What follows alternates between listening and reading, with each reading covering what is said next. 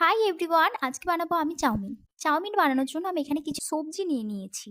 যেমন গাজর, আলু, একটা টমেটো, দুটো কাঁচা লঙ্কা, বিনস, ফুলকপি আর বাঁধাকপি। আর এদিকে আমি চাউমিনটা সেদ্ধ করে নামিয়ে নিয়েছি। এরপর আমি একটি কড়াতে সর্ষের তেল আর বাটারটা দিয়ে একটু ভালো করে গরম করে নিচ্ছি। এরপর বাটারটা আর সর্ষের তেলটা ভালো করে গরম হয়ে গেলে কেটে রাখা সবজিগুলো সব দিয়ে দিচ্ছি।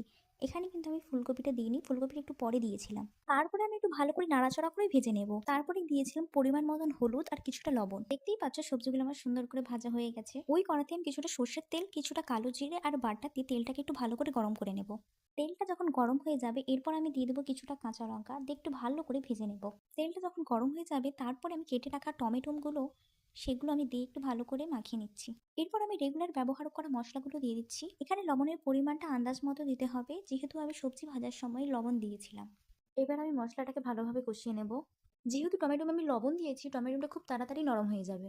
তারপর আমার বানিয়ে রাখা চাউমিন মশলা দিয়ে দিলাম। আমি কিন্তু এখানে চাউমিন মশলাটা টমেটোর সাথে মশলা কষে যাওয়ার পর দিয়েছিলাম। এরপর দিয়ে দিচ্ছি সয়া সস। এখানে যেহেতু আমি টমেটো সস দিইনি, তাই কারণে আমি টমেটোর পরিমাণটা একটু বেশি দিয়েছিলাম।